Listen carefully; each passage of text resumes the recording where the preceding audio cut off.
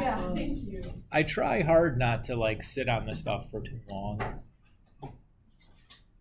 Usually the same week I can get things graded and back. When we will get to see our stuff to see what's going Once I have everybody that is absent between the two sections take it.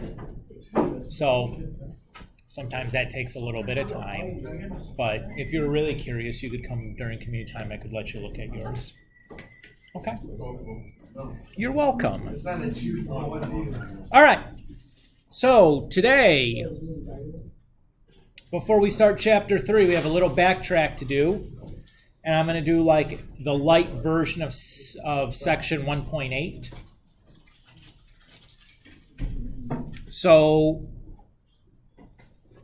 what we're going to do first is we're going to go back in time, back to our geometry class.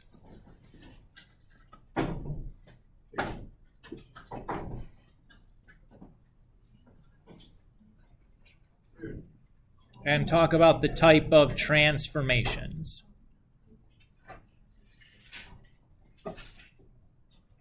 All right. Get in your time machines here. Who can remember one of the 4 types of transformations that you would have talked about in geometry? Would have been first semester of geometry. Oh, I know. Don't know. Actually, yeah, Google does.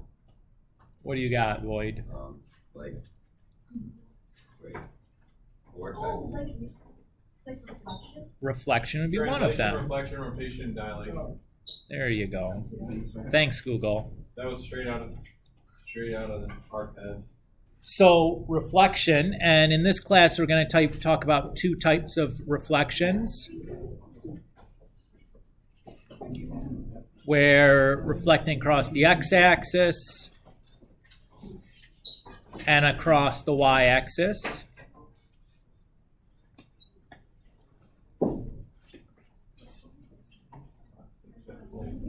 So imagine that this is my figure, and this is the line that I'm reflecting it across.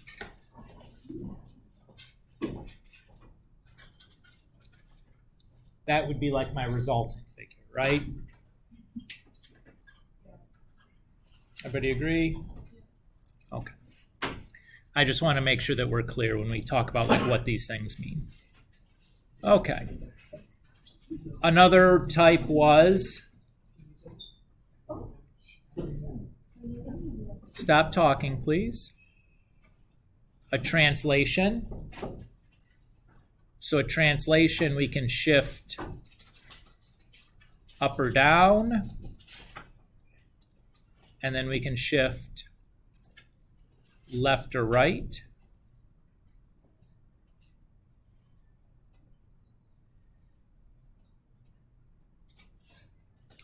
So if I take this figure here, I could do some kind of translation. And I end up here. What translation did I do?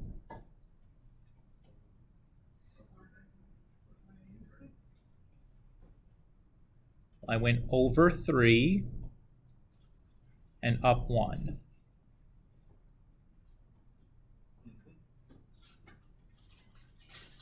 Everybody kind of see that? How many lessons chapter 3? I think there's 3 sections, but it's a pretty beefy chapter. In that some of the skills in there are not trivial. Okay. We had a dilation. So we're going to dilate either vertically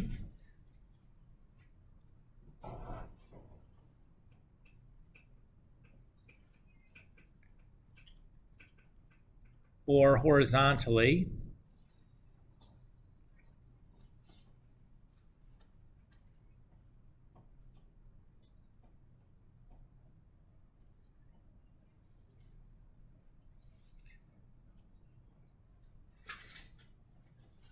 So if this was my original, and I vertically stretched it by a factor of 2, that would be the resultant.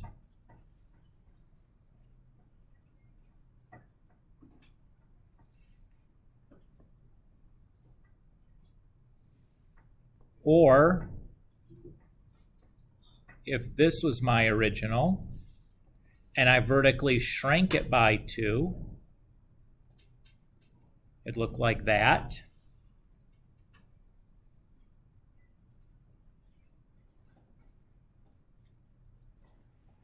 That's supposed to look like a triangle still.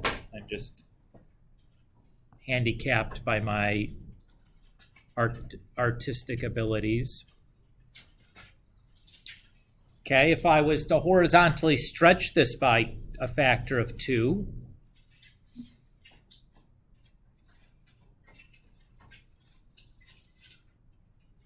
it would look like that.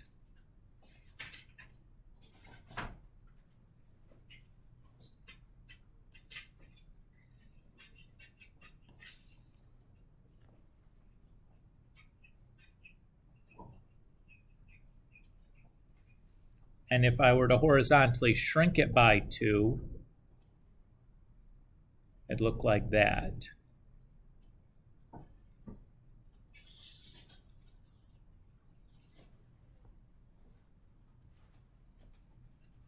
Is everybody okay visually with kind of what we're describing?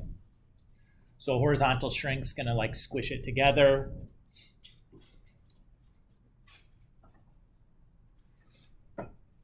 A vertical stretch is going to like pull it up.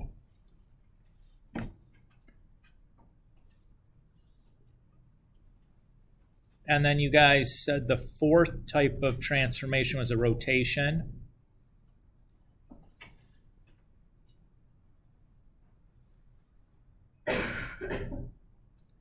We're not going to talk about rotations in this course. Okay with that idea? So we're only going to talk about reflections, translations, and dilations. Everybody's okay with that? And we're going to apply these geometric transformations to a function now. So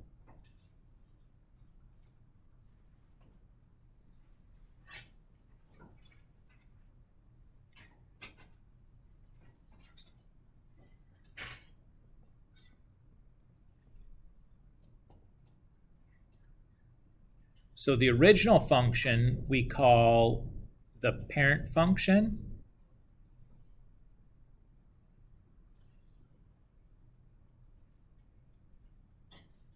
And I'll abbreviate that as PF.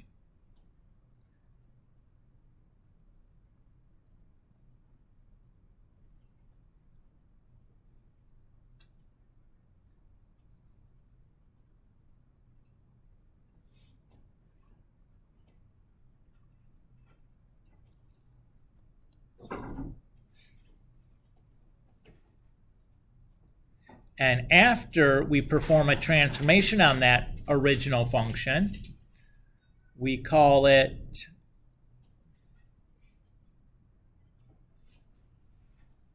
the resultant function. And I'll abbreviate that just as RF.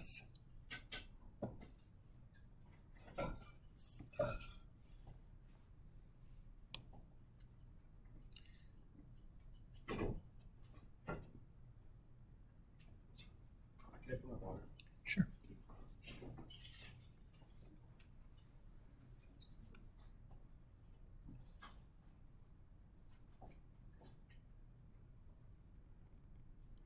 So a little bit of notation here.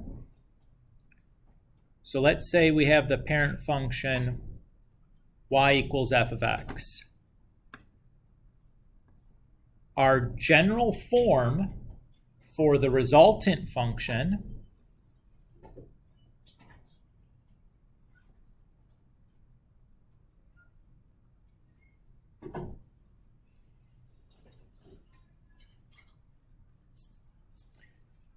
is this.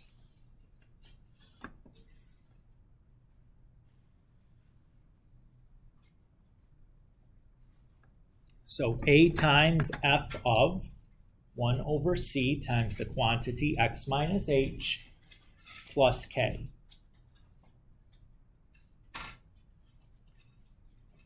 And each of these coefficients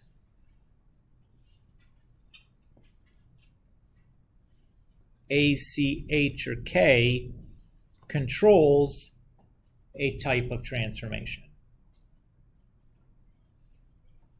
Or transformations in some cases.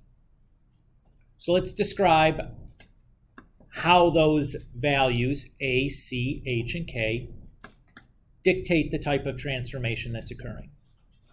Okay with that?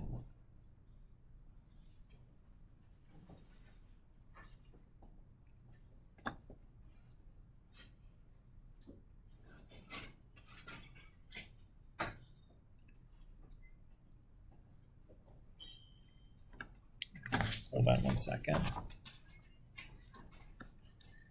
We're going to start with the C.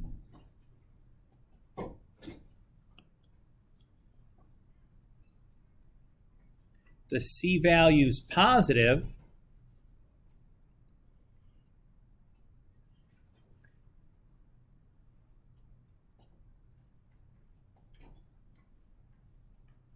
Or the C does two things. It controls the reflection across the y-axis.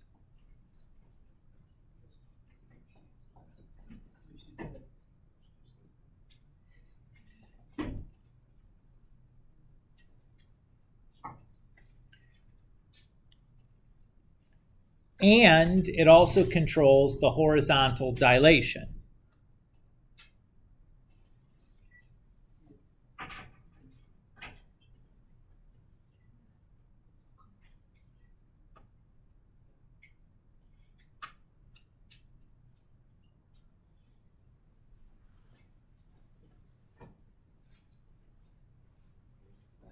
Yes. So if the magnitude of C is bigger than 1, we'll have a horizontal stretch. If it's equal to 1,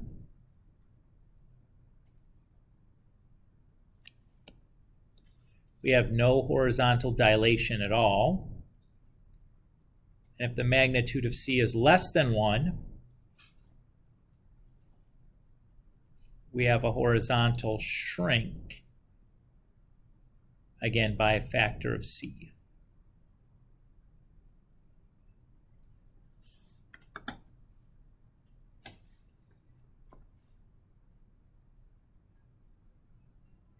So there's two things you need to check about that C coefficient.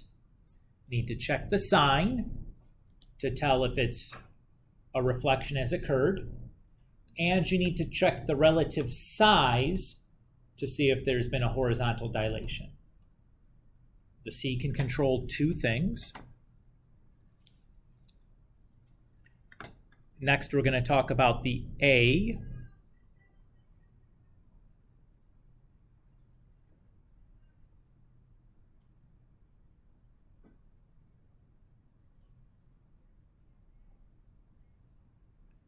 So again, the A also controls two things.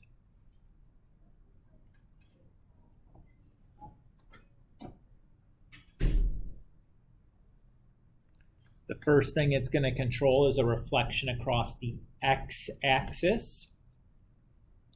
Again, if the A is negative, we get a reflection. If the A is positive, we do not. And it's going to control also the vertical dilation.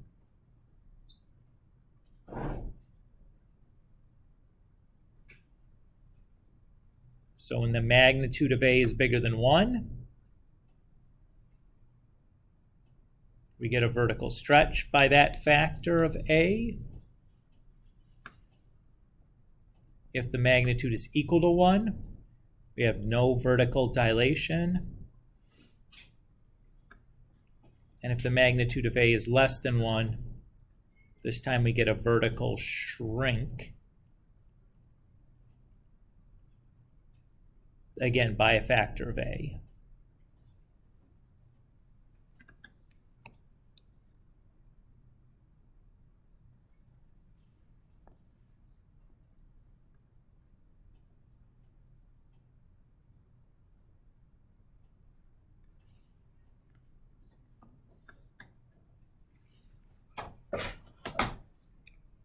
So A and C are going to control both types of reflections that we can have and both types of dilations that we can have.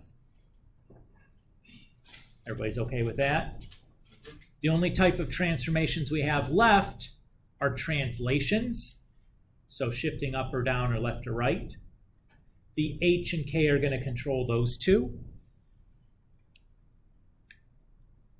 So if H is positive, we're going to shift to the right H units. If H is 0, we have no horizontal.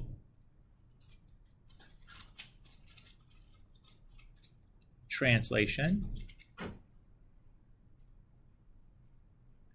And if H is negative, we're going to be shifting left H units.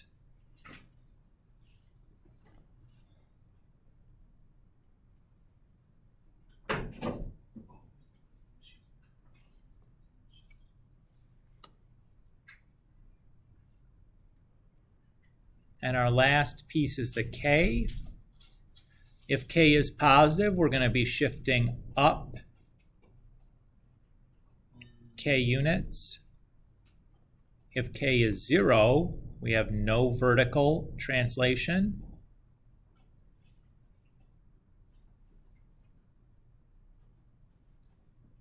And if K is negative, we're going to be shifting down K units.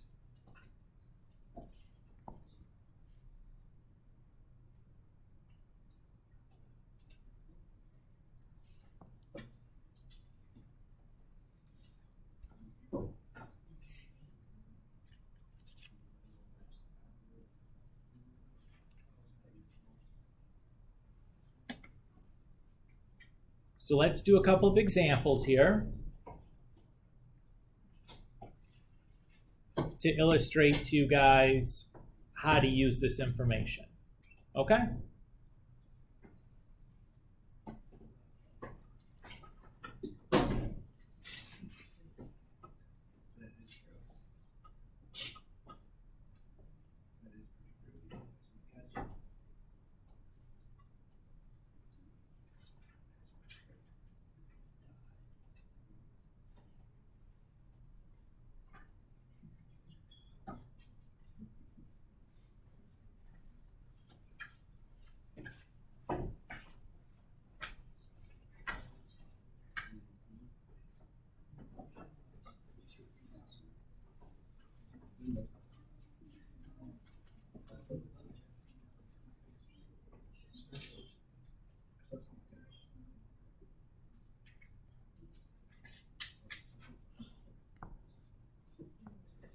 All right, so let's run through a couple of examples. Let's say that f of x is our parent function, and we want to describe in words the transformation for each of the following resultant functions.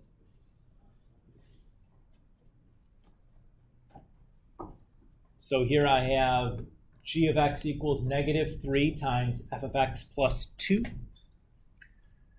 For me to be able to answer this question, I need to identify the values for A, C, H, and K.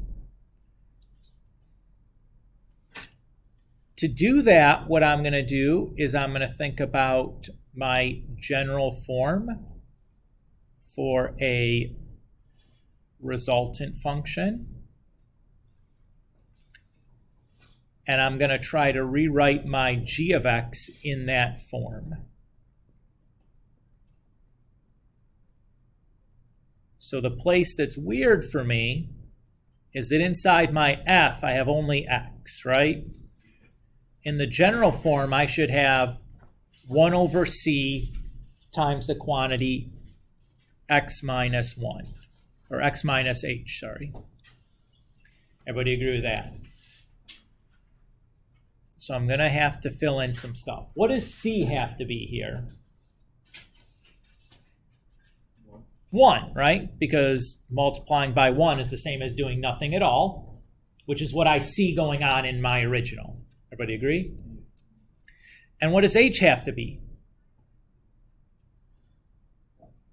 Not 1, 0, because subtracting 0 is the same as doing nothing at all, which is what I see going on inside my f. Is everybody okay with that? All right.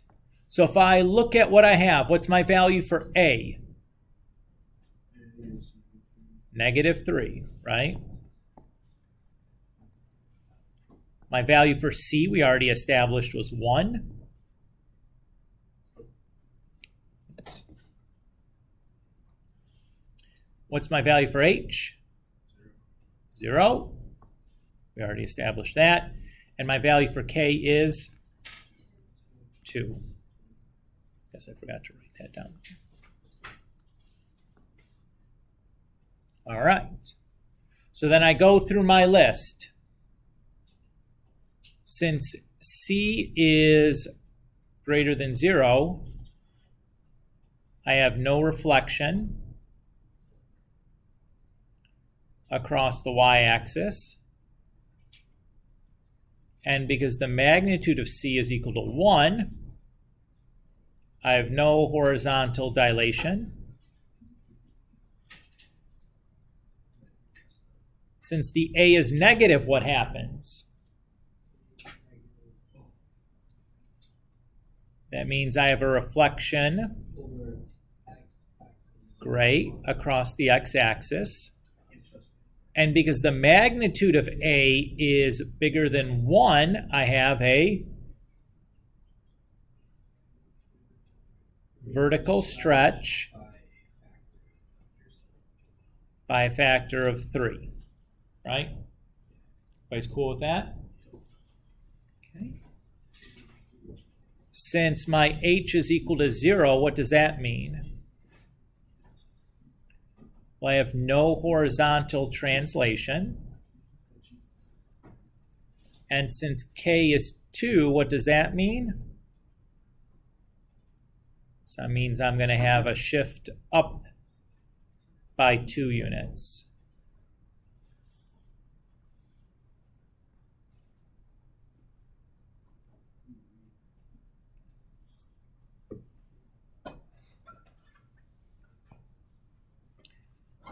Mr. Kulik, am I supposed to remember that criteria you just gave me? Yes, and that would be something I would want to make sure I wrote down on my sheet. So make a note of that so that you remember when it's time to make our note card for the test that you record that information, because it's certainly super useful to have. Or you could memorize it because we're going to use it over and over and over again. But, Natalia?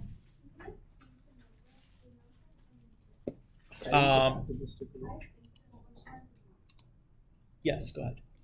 I just hit the sync, so it should be doing something here for you. You're welcome. All right, let's do another example here.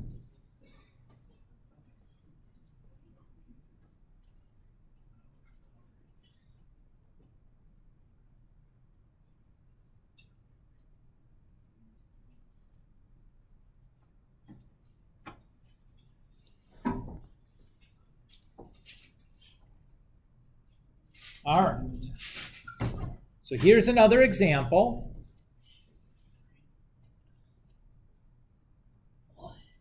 What do I want to do first?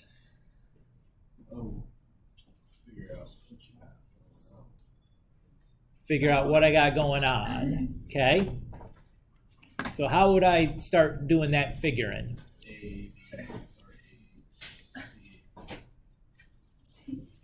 First thing I'd want to do is to write this in that general form again. Remember that general form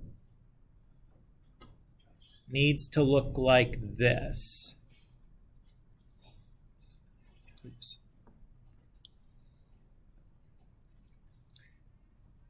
Does my problem look exactly like that general form? No. What's the difference? The stuff inside the parenthesis, right? That doesn't look right. Everybody's good with that? All right. So what do I need to do inside that parenthesis then? Undistribute, that's also known as factoring. What can I factor off? 2. When I factor that off, what do I have left? X plus 2.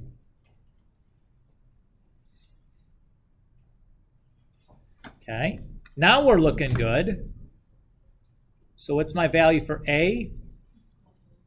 1/3. Here's the tricky one. What's my value for C?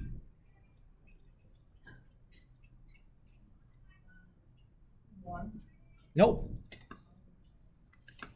So what I have right now is that 1/C is equal to 2. So what is C? The reciprocal, 1/2. Everybody okay with that? So I have 1/C is equal to 2. That is equivalent to saying C is 1/2. Right? I just do the reciprocal to both sides.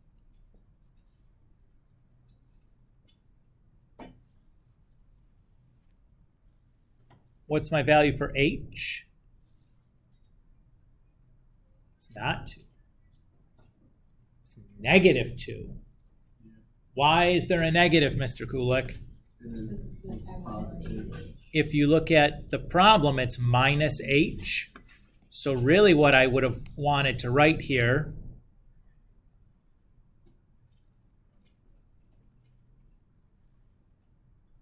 is writing that as x minus, x minus a -2. Can we see that? So the H here is -2, and the K is, well, again, I would write that as plus a -5, which is still -5 for K. No, but I'm explaining to you why the sign didn't change for K, but it does appear to change for H, is all I was trying to do there. Does that make sense, Olivia? Okay, so this is the trickiest part, is getting the correct values for A, C, H, and K. You guys agree? Once I've done that, though, the rest of this is just like reading the directions, right? Because we have our list and what they do. So what is A doing? Since it's positive, I get no reflection across the x-axis. And since the absolute value of A is less than 1, I get a vertical shrink.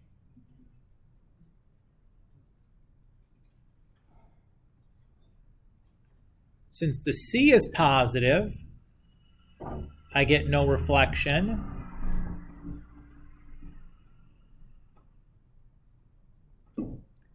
And since the magnitude of C is less than 1, I get a horizontal shrink by a factor of 1/2.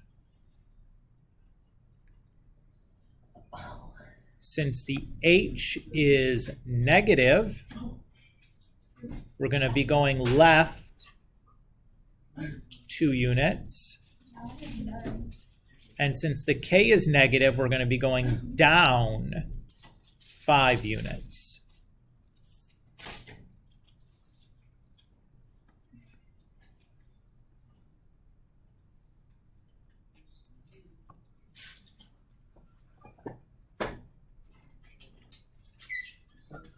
Everybody okay with how he did that? Should be relatively easy. We're just using that list of criteria, right? But you got to be able to read the criteria list and know how to like use the instructions there, but they're pretty easy. All right, let's do a slightly different version of the same example.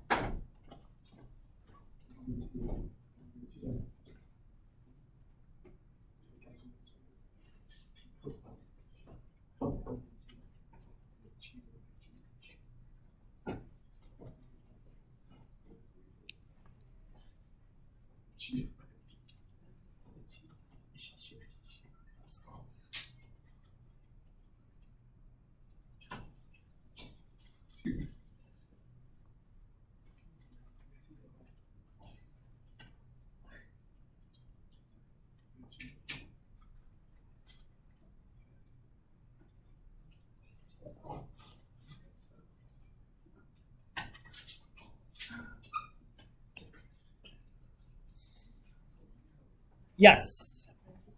Uh-huh. All right. So this example, it says, let the parent function be y equals x squared, and let f of x equal 6 times the quantity 3x minus 5 squared plus, that should just be a number there, 7, be the resultant function. Describe the transformation in words.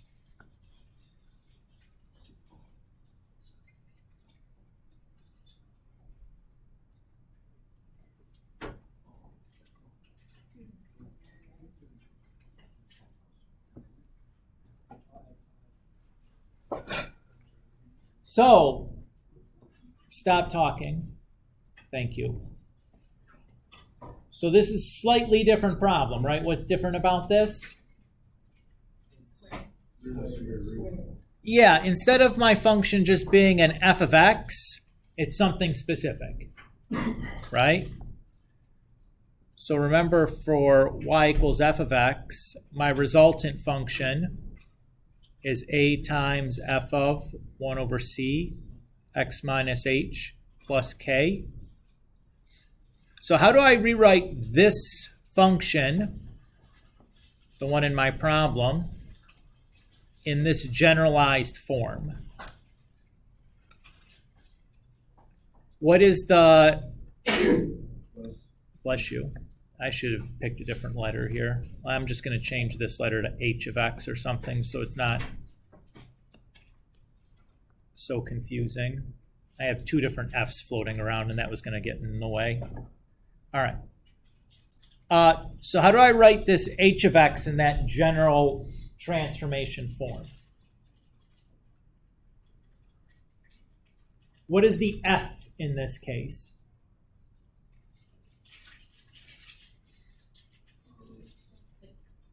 No, f is a function. Our f is the squared function. That's like what our f is. Everybody's okay with that? So if I rewrite this in that general form, 6, and then here's the start of my f, 3x minus 5, is that the way that needs to be written? No. What do I need to do? Yeah, I need to get that. I need it to look like that. How do I do that?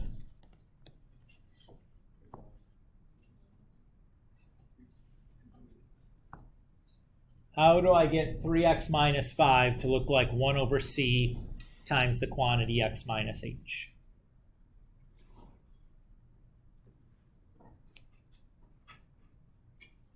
I have to factor off a 3. I need the coefficient on my x to be 1. But what happens when I factor a 3 out of a 5? It makes it a fraction. Yeah, what is the fraction? 5 over 3. Yeah, that's all. No big deal.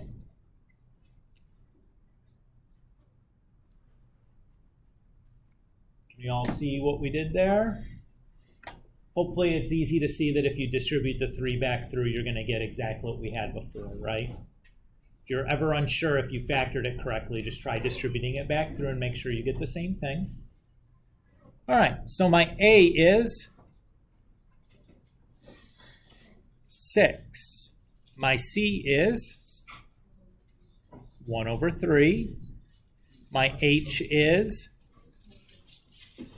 careful, positive 5 over 3. Remember, the h is always the opposite sign as it appears in my problem. And the k is 7. Okay. So let's see. Since the c is positive, no reflection across the y-axis. And since the magnitude of c is less than 1, we have a horizontal shrink by 1/3. Since the a is positive, we have no reflection across the x-axis. And since the magnitude of a is greater than 1, we have a vertical stretch by a factor of 6. Since the h is positive, we're going to be going right 5/3 of a unit. And since the k is positive, we're going to be going up and then 7 units.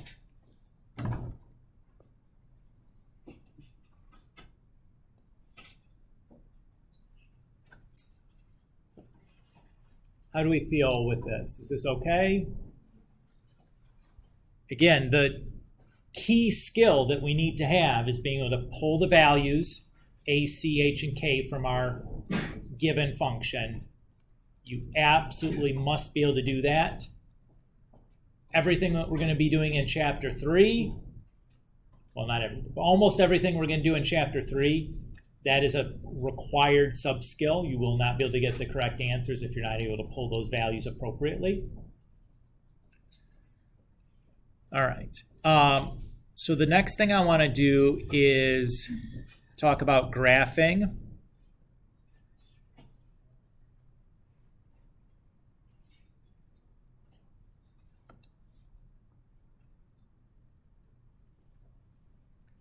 So what I want to do is I want to talk about graphing a resultant function using the parent function. So our key to do this is the description of how we're going to transform the points in the parent function into the points in the resultant function.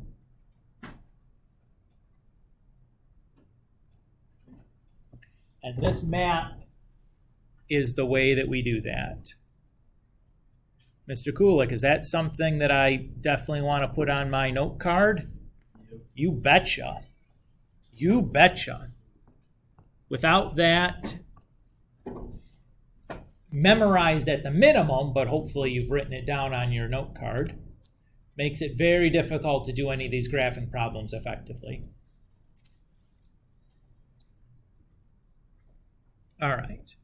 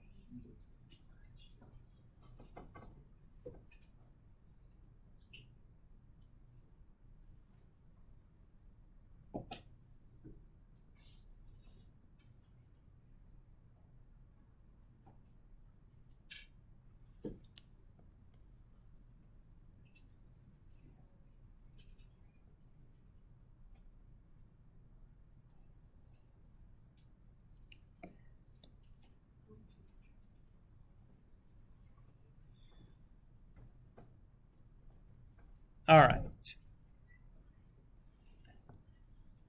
Actually, let's do this.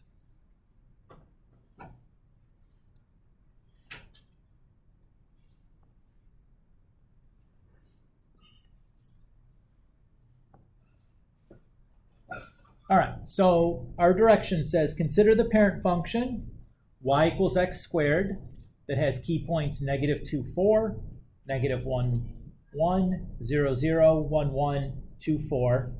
And we're asked to graph the function g of x equals negative 2x squared plus 1. My first order of business is going to be to rewrite g of x in that general form so that I can figure out the values for a, c, h, and k. So how do I rewrite g of x?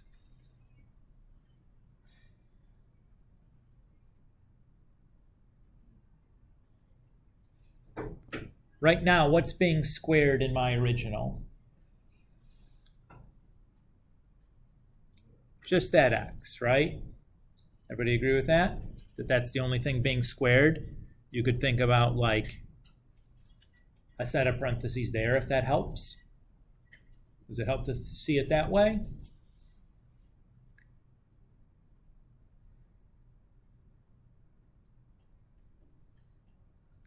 So I just need to fill out what's inside of that parenthesis squared. How do I rewrite x as 1 over c times x minus h?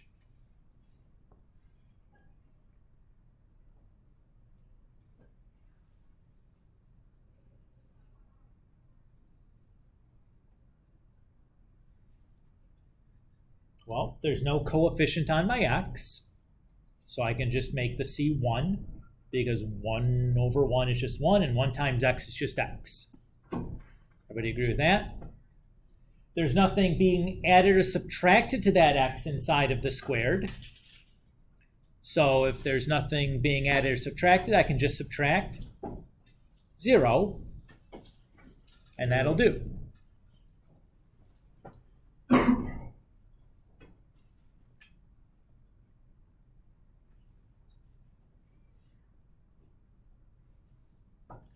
So there's my values for a, c, h, and k. Everybody cool? I'm going to now plug those in to the formula that we wrote above.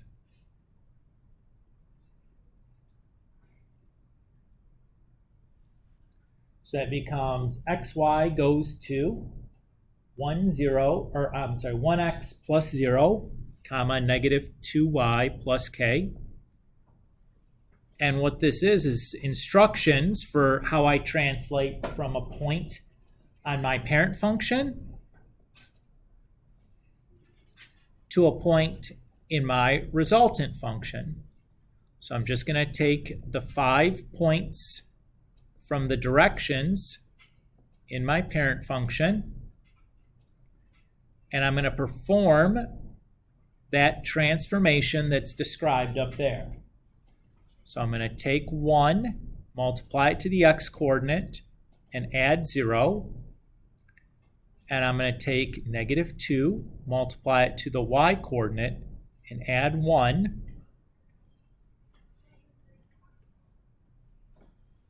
So that gives me the point negative 2, negative 7.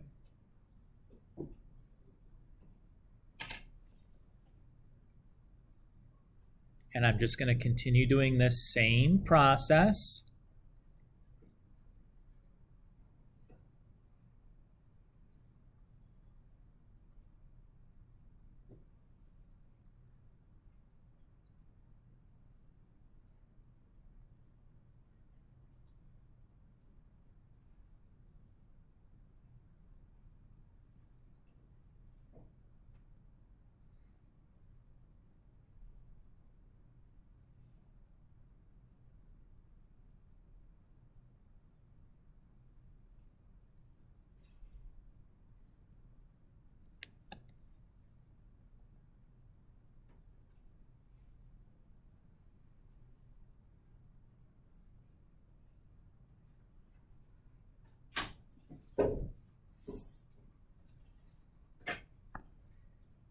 So this is what I'm going to plot and graph.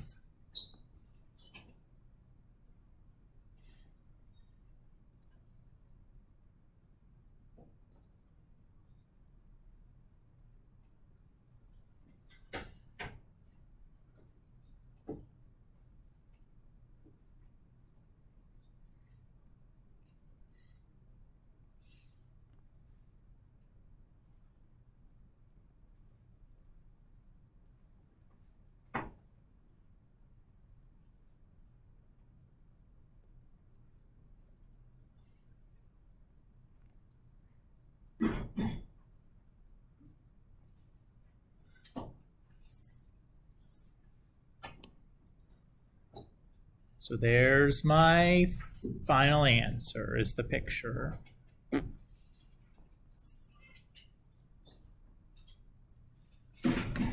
Is everybody okay with that? Should we do one more? Sure, why not, right? Okay. I'll call this B, I think.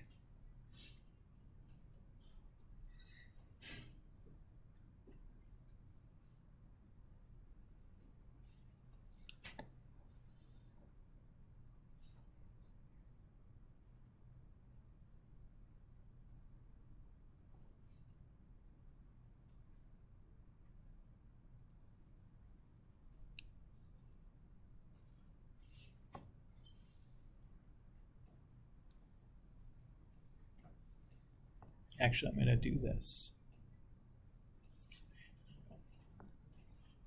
All right, so we have negative of the quantity negative x over 2 plus 1, quantity squared plus 4. First order of business is to rewrite this in that general form, so we can ascertain the values of A, C, H, and K.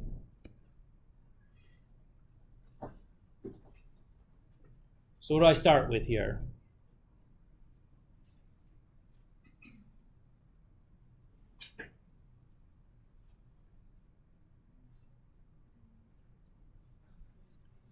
Now, right, because that negative sign out front, I'm going to do negative 1 times. Okay, and then what do I have to do inside here? Yeah, so what am I going to be doing inside here? Great, what do I factor off?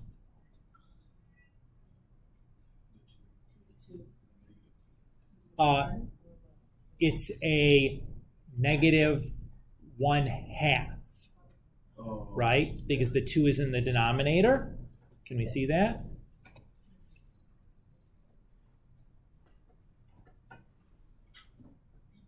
Okay, so when I factor that off, the negative x over 2 just becomes x. And then what does the 1 become?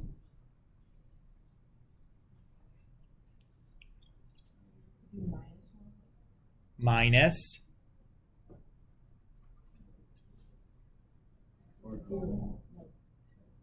2. Why 2? So if you distribute back through, negative 2 times negative 1/2 is plus 1. What operation are we really doing when we're factoring a greatest common factor like this? We're dividing. 1 divided by negative 1/2 is negative 2, right?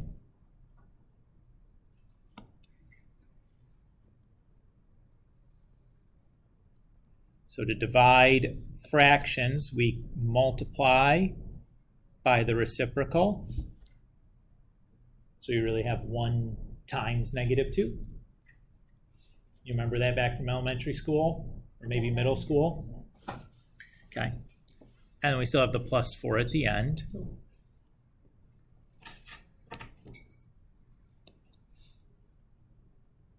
All right. So my value for A is negative 1. My value for C is negative 2. Very good. My value for H is 2. My value for K is 4. So now I can write my map. So C times X plus H, A times Y plus K. And my key points were given to me in the problem. I'm just going to recopy those now.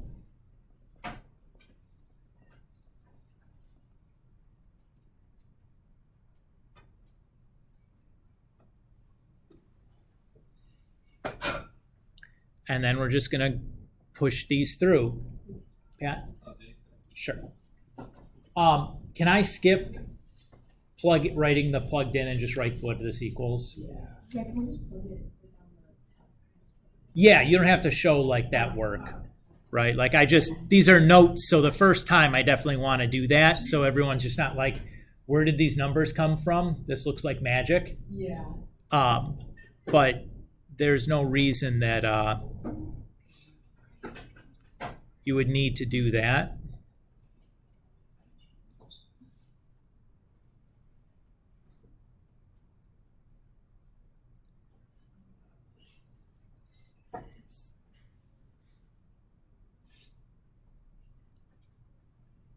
So those are my points then. All that's left is to graph.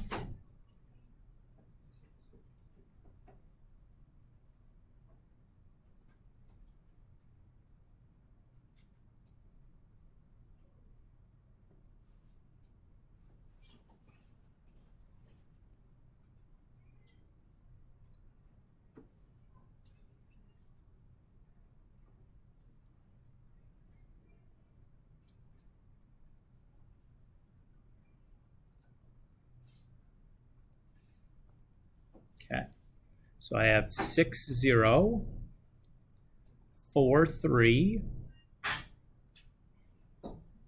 2, 4, 0, 3, negative 2, 0.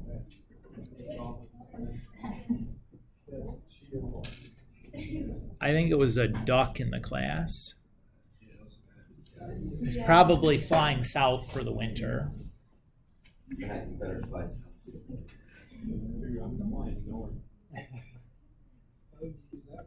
All right. How do we feel about this? Is this okay? I tried to go through this really clearly and slowly and carefully. This was okay. All right. So what I'd like for you guys to work on here, your guys' assignment is going to be worksheet 1. So the first page is just like recapping of some of these important notes. But the first set of problems is just asking you to describe the transformation in words, just like we did in the examples. Okay? And the second set of problems are going to be graphing. Since the function in both cases is the parent function is y equals x squared, the key points you'd use for 5, 6, 7, and 8 are the same key points that we used in the homework. Or in the example, excuse me. So I'll just write them here on the sheet for you.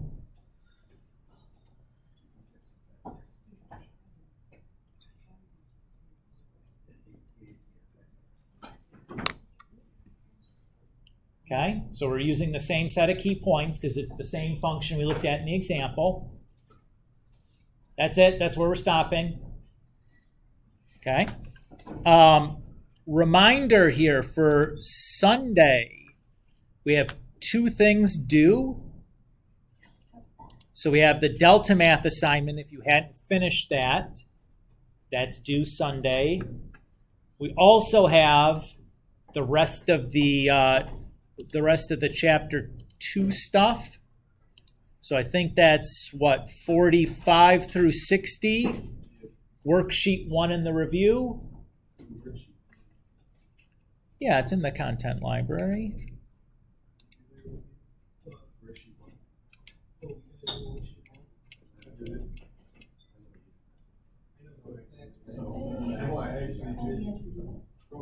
The key's in there with it, so if you have trouble, you can take a second look through it. But it should be pretty easy. Is everybody cool as to what to do? What about the review, last chapter's review? That's part of Sundays. So 45 through 60, worksheet 1, and the review. That's what we're checking on Sunday.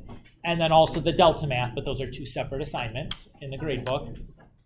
And then this worksheet 1 will go on to next Sunday's, part of next Sunday's problem set. Delta Math, 45 through 60, and what else? Worksheet 1 and the review. Well,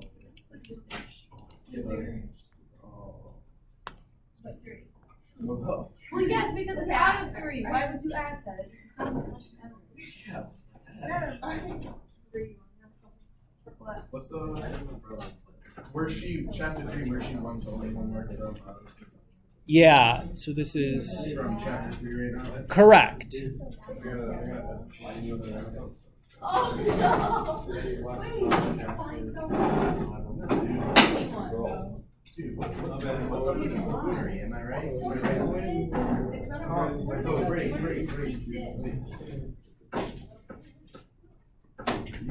Oh no! Don't let you find it. I'll find you something. Alright, you find it, I'll check it out. So as of right now, this is the assignments that we have outstanding that have not yet been checked. So for Sunday, 10-2, that's this Sunday. There's the Delta Math assignment, and then the rest of the Chapter 2 stuff. So just put it in the mathway brain. And then next Sunday, we just have one thing from Chapter 3 so far. Can I go empty this out and refill it? Yeah, let's discuss that.